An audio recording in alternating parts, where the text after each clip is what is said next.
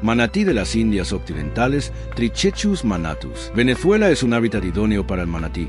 Sin embargo, la caza de esta especie ha puesto en grave peligro a las poblaciones de manatíes en el país. Según la IUCN, en el año 2008, las poblaciones de manatíes se reducían a 2.500 ejemplares maduros, pero debido a su estatus como especie, existen pocos estudios acerca de sus ubicaciones. Por medio de diversas expediciones terrestres, se ha podido constatar la presencia de manatíes en el lago de Maracaibo, el delta del Orinoco y el Golfo de Paria. Actualmente, existen proyectos para la protección de los manatíes de las Indias Occidentales en Venezuela y otras zonas.